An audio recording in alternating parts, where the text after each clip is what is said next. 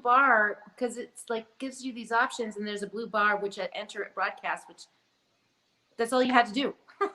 So I know, go figure. all All right, right. give me one Anyway, second. We're nice just to going to meet you. roll our Okay. intro for everybody. It's wonderful to meet you too. Bear with me for 10 seconds. We're going to roll our intro.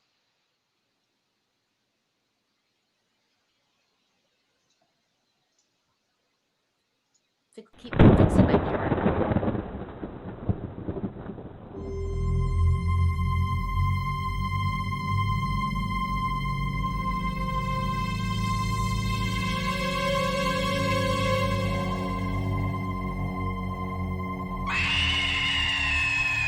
Yeah, man. let's kill that bass head. Alright, let's do this. I'm on the air, we got this pockets flow. It's me and Tony on the mics, we gotta let you know of current events, little gaming, sprinkling some entertainment. We stay humble, but our moms still think we're famous. Turn up the bass and baby, maybe let that magic flow. Our spoken word is all the things you really wanna know. Having a good time on the show, T-Bows and Matty G. Tune in and hit subscribe and join us on the FAP.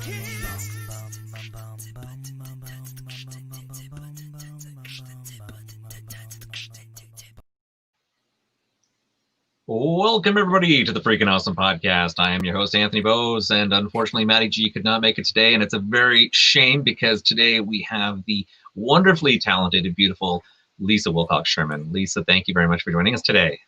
Thank you. Thank you.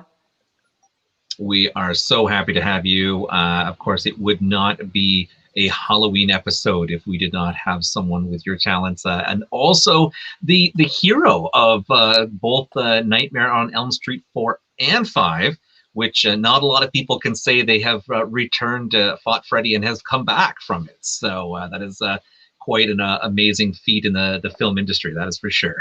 Alice lives.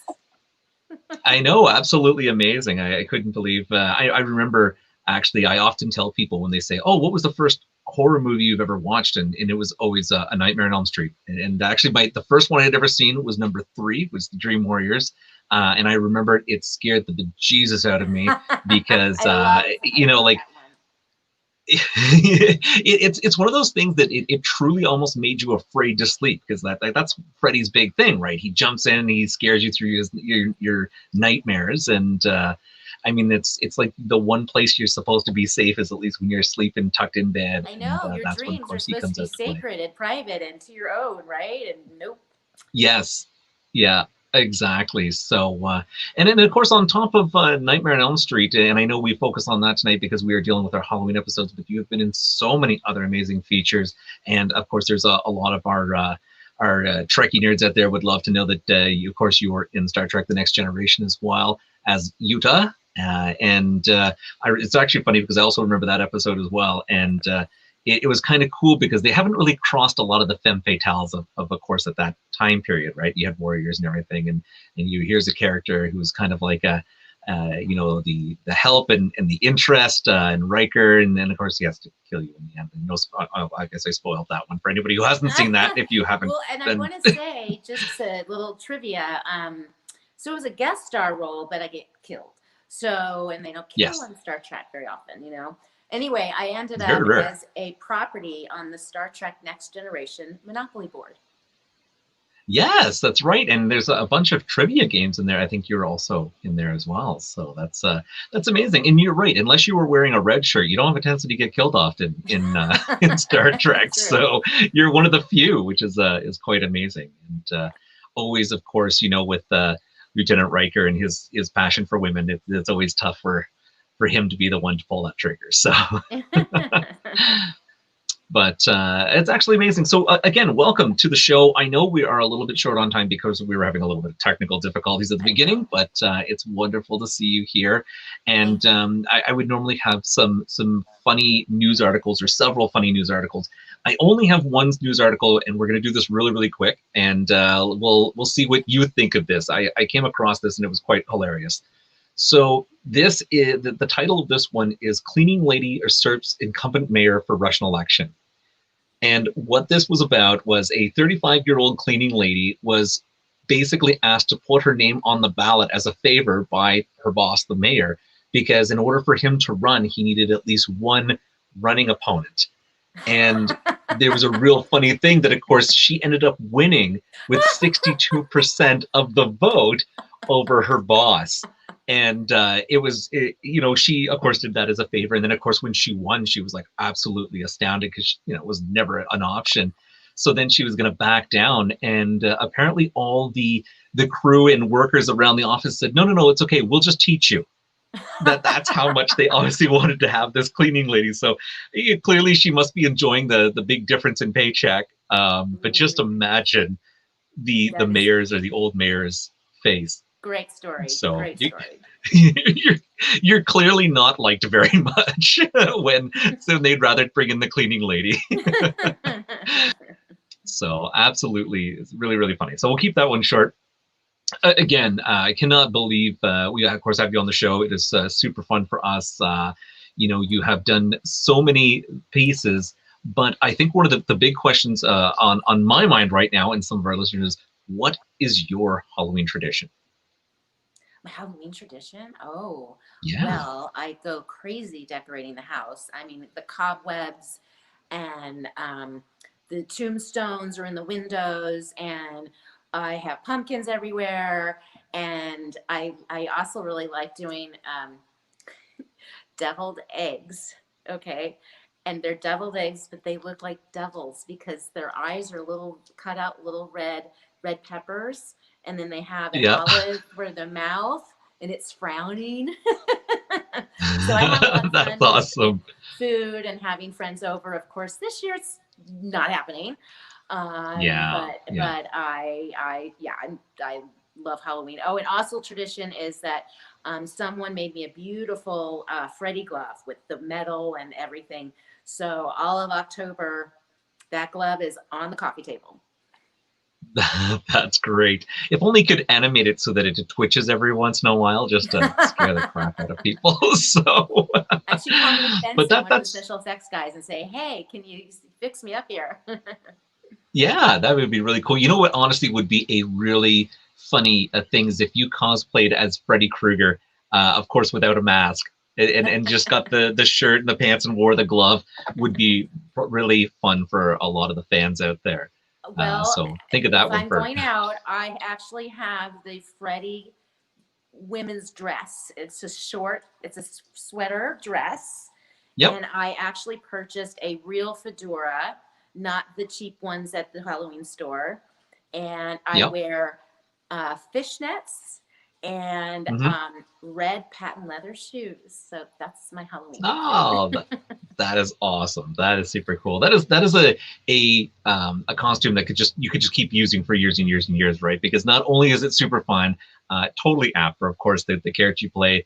That's beyond smart and funny all at the same time. So that is wonderful. You should make sure that you post up pictures of that, even if it's just around the house scaring friends and family who come by, because that would be really super fun. Oh no! Well, in fact, I have it's in storage right now because I moved, and I'm gonna go out because I'm doing a show in San Antonio this weekend. And so I got to go out tomorrow to see if I can. I just got back from Chicago from a show, so I have to go and find the Freddy sweater so I can do my costume. Anyway. For sure. Yeah, exactly. I imagine this must be a pretty big time of season for you. I mean, with all the cons that are still trying to do like a virtual version and everything. I know some of them are still trying to plan with limited attendees with masks and everything, which I think is always fantastic because a Comic-Con or a fan con or a horror con or whatever you're going to go to is always fantastic because most people dress up with a mask anyways. So I don't see why they why they have to cosplay and all that. So fun. So really what's happening is we're reinventing the wheel, like you said, with the virtuals, but also in Pennsylvania, I did 4 nights at a drive-in theater in the Poconos Mountains, along with Troy Newkirk and Kensei Ghosts and Nick Benson, special effects, Mick Strawn, and Mark Patton too. We had so much fun. Also just doing venues outside, like this one coming up in Texas. It's going to be outside at Six Flags Magic Mountain, So, and then Chicago, it was just a smaller event at this fabulous place called Real Art Collectibles. And, you know, the tables are set up, so they're social, you know, distancing. They still get a picture with Yep. me. It's just I'm more in the background, or they're 6 feet to the side of me, you know. So, and we're, of course, we're Yep. wearing a mask, you know. So, you know, it's finally, I mean, for months it's been dead, you know, just, you know, Yeah. nothing. But finally people we're finding a way to get out there and meet everybody. Yeah, and it's good, right? If everybody, as long as they wear their mask and they're safe, and you know, like I would imagine Wash at your a lot of hands, these cons sanitize and your stuff, hands. people are willing to make the extra mile just to be able to have that little bit of normalcy, to be able to go out and see their fan favorites and just do something outside of the house right now, right? Yes. So yeah, and that's good, and it's amazing actually. The drive-in theaters are such an amazing idea. You know, it's sad actually. Up here in Kingston, Ontario, we had one drive-in and it closed down last year. They finally, after like 30 years of running, they were just like, oh, we can't really afford to keep it open, and they would have been the only theater this year that would have been able to stay open. So I can only imagine They would have what's been going through their packed. minds They would right have been now. packed. Yeah. I'm Yeah. telling you, in So Pennsylvania, it was packed. I mean, yeah. that's just crazy, you know. And I would imagine, of course, you're okay with a little bit of weather. Where unfortunately we just got our first bout of snow today, so we were absolutely. I was just like, of course, you know, I have two people coming in, and actually we had CJ Graham on just before yourself, who played Jason Voorhees, and he said that they had 8 inches of snow because, of course, he's in Montana, and yeah, he's in Montana. I just saw him a few months ago in Boulder City, Nevada. We did a signing at Tom Devlin's Mad Monster Museum. So anyway, okay, he's such a doll. CJ's a doll. Oh yeah, he's super fantastic, and it's always a great sense of humor on him, which is really fun. But yeah, these are the type of days right now that unfortunately. Even a virtual meeting or a virtual convention or something is better than nothing, and it's so great that everybody still gets together and tries to make the best effort, given, you know, the fact that everybody has to social distance. So I'm give doing all of actually you a virtual play of, and it'll be on my Facebook and Instagram on November 20th. We're going to be watching Nightmare 5 together. So that is fantastic. And then is it sorry, I was gonna say, is that like a virtual watch party, or is it actually made for virtual? Like, it's a virtual watch party. We already did Nightmare 4 about a couple months ago, and it was very successful, and it's fun. I mean, and you know, we're watching the movie together, and then I interject stories and, you know, this kind of thing. And then the young man who played my little boy, Jacob, he's also going to be watching with us. So that's fantastic. And what date is that? Because I definitely have to tune in for that one. Yeah, November 20th. November 20th. Fantastic. Yeah, so it'll give us lots of time. Put up, you know, where to go and where to click and how that all works soon.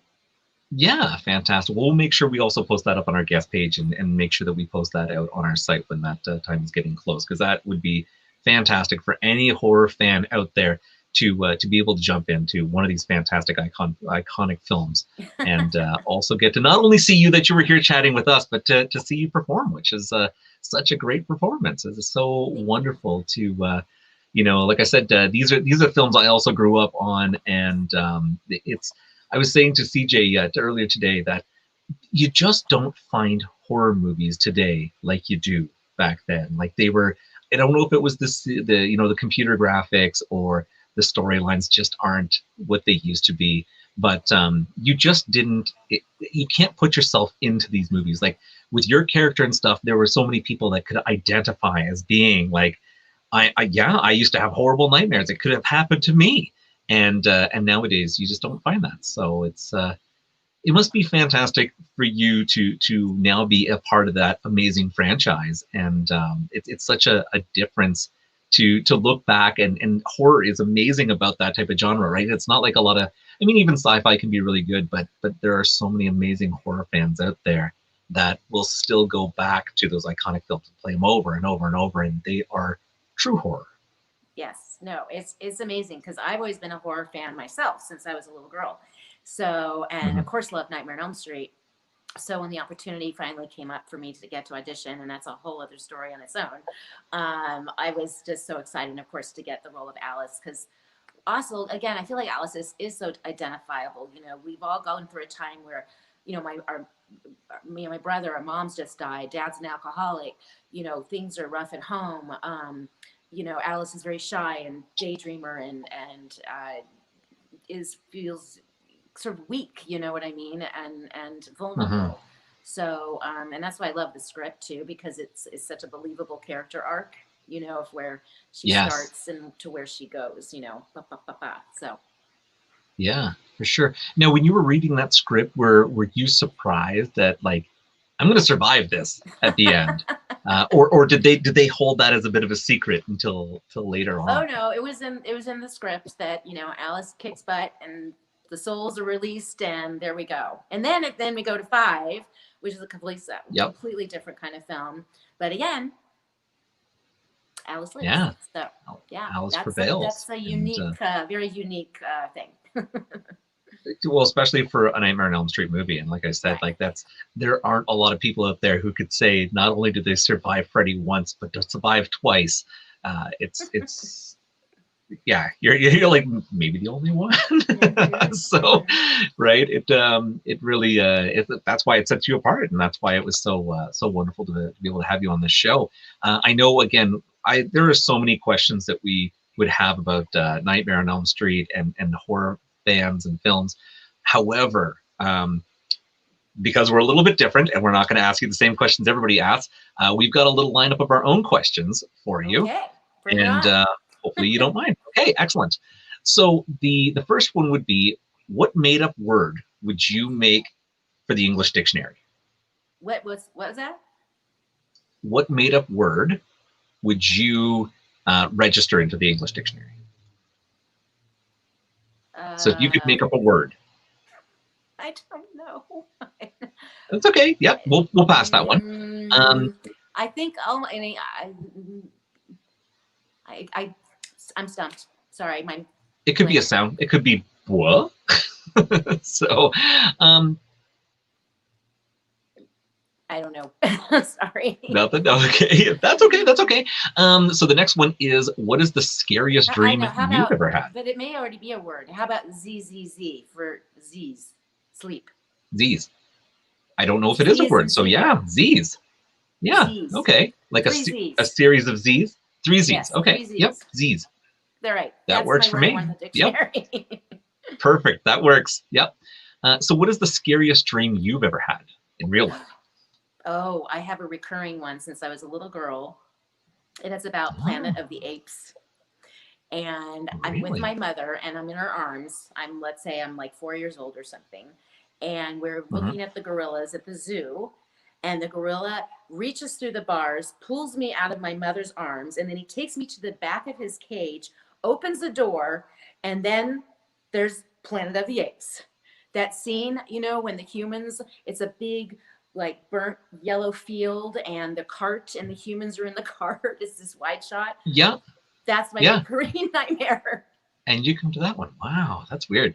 I have a really odd one. I had a reoccurring dream for, I'd say it was close to 8 years, and it was of E.T. E.T.? I don't know what it was about E.T. Scared the living crap out of me as a kid. I think it was that scene where he bursts out of the shrubbery and he's like, ah, like that. So I had this reoccurring dream where I would go up to my bedroom in this house that we had, and the moonlight was on the floor, and then like this little tiny E.T. would walk out, and then suddenly there was thousands of little tiny E.T.s, and they all tried biting my skin. It was really weird. So yeah, so it's movie dreams. Go figure. So the next question. Oh, I love this one. If you could have a superpower, what would it be?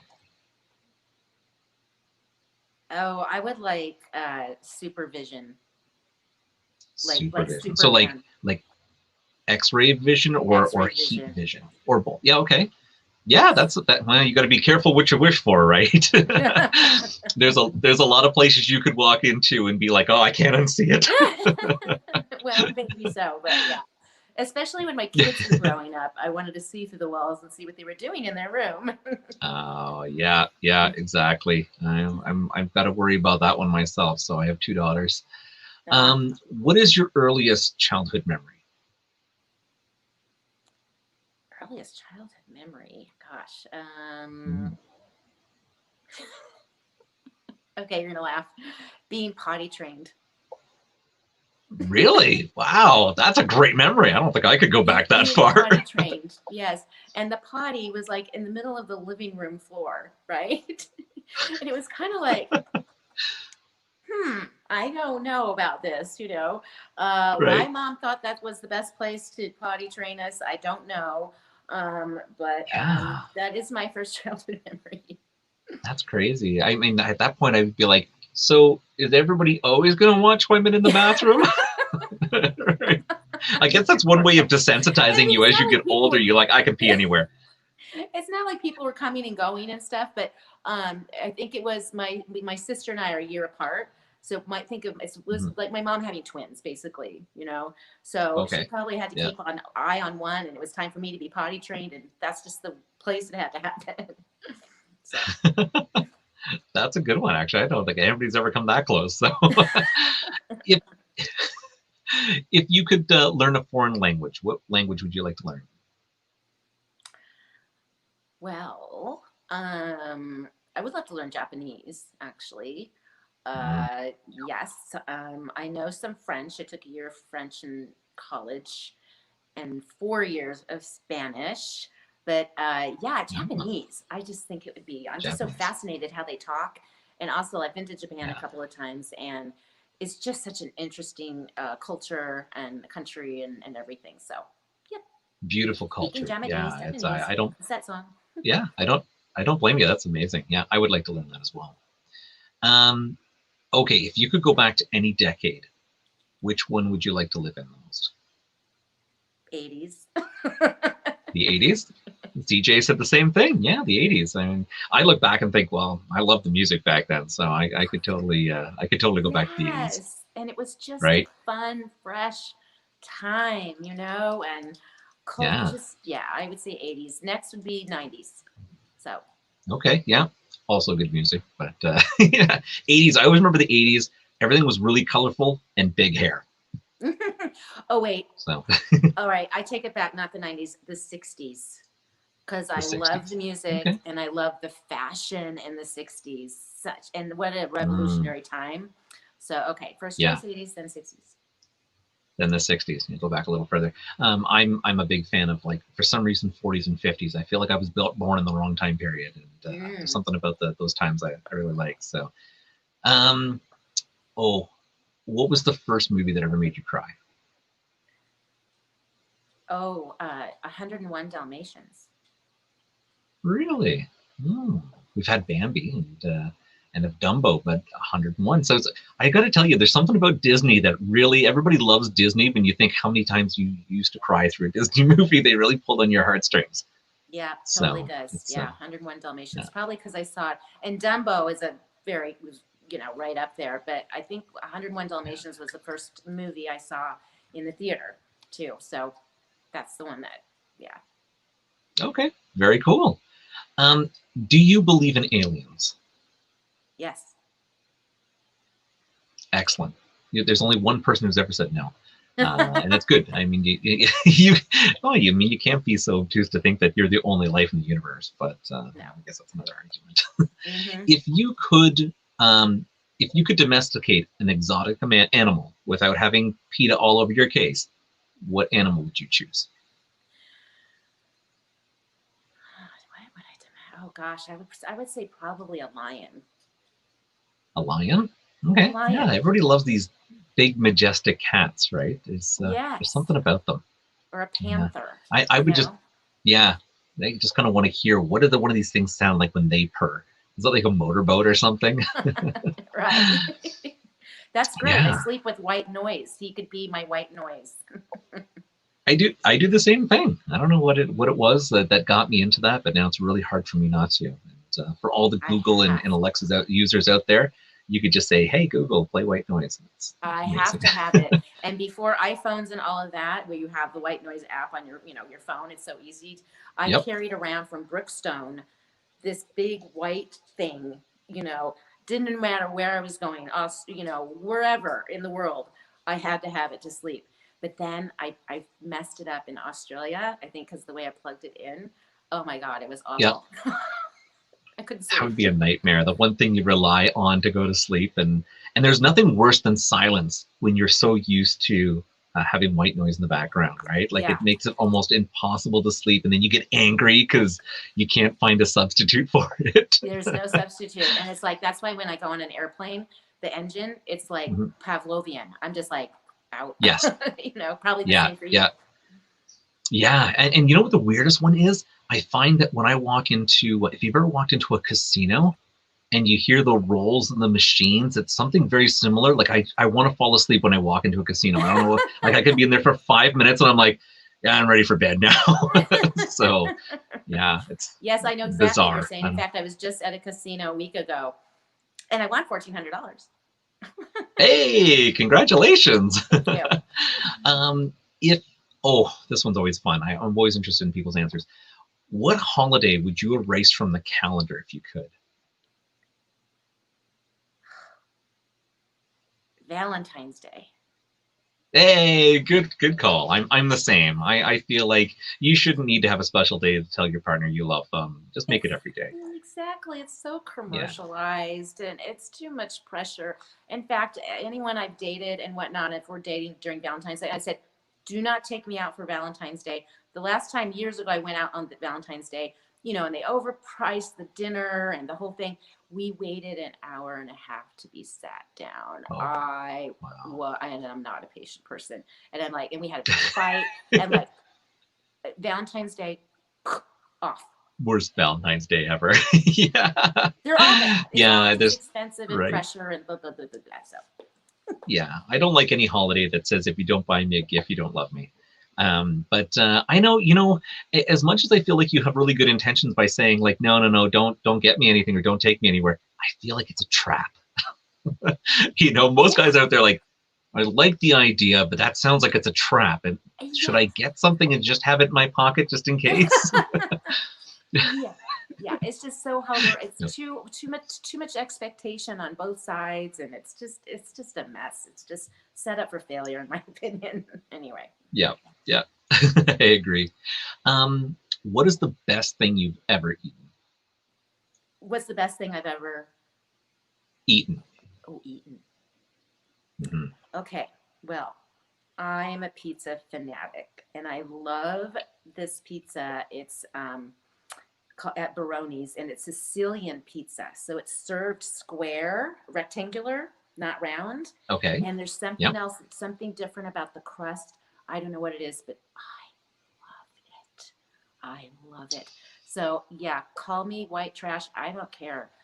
Sicilian pizza is like yum. Hey, but I'd have to say that's number one in my everything books. My mother's ever cooked too is incredibly delicious. There's something about a home cooked meal by mom. It's hard to reproduce, and very rarely can you ever complain, especially as you get older. Like a chuck roast. When I was a kid, though, man. Like a roast, you know, with that just falls off, and with the potatoes and carrots and the gravy. Oh, yum. Little Yorkshire puddings. Fill those with gravy. Yeah. Oh, that's nice. Nice. Yes. Yeah. I know, and I know what you mean. I'm a huge pizza person. It seems to almost like everybody in my family is like, why do you like pizza so much? I'm like, I can't describe it. I just love pizza. It's like the perfect food group. It really, it's got everything. It's true. Growing up, my family nickname was Lisa Pizza. I wish I had a cool one like that. No, I would go with that. I'd be like, yeah, you are what you like. So, have you ever had a crush on a fictional character? And if so, who? So that could be someone from a book, a movie, on an actual character. Yeah. Oh my gosh. Mickey Dolenz. Mickey Dolenz. Okay. Gosh. That's a really good question.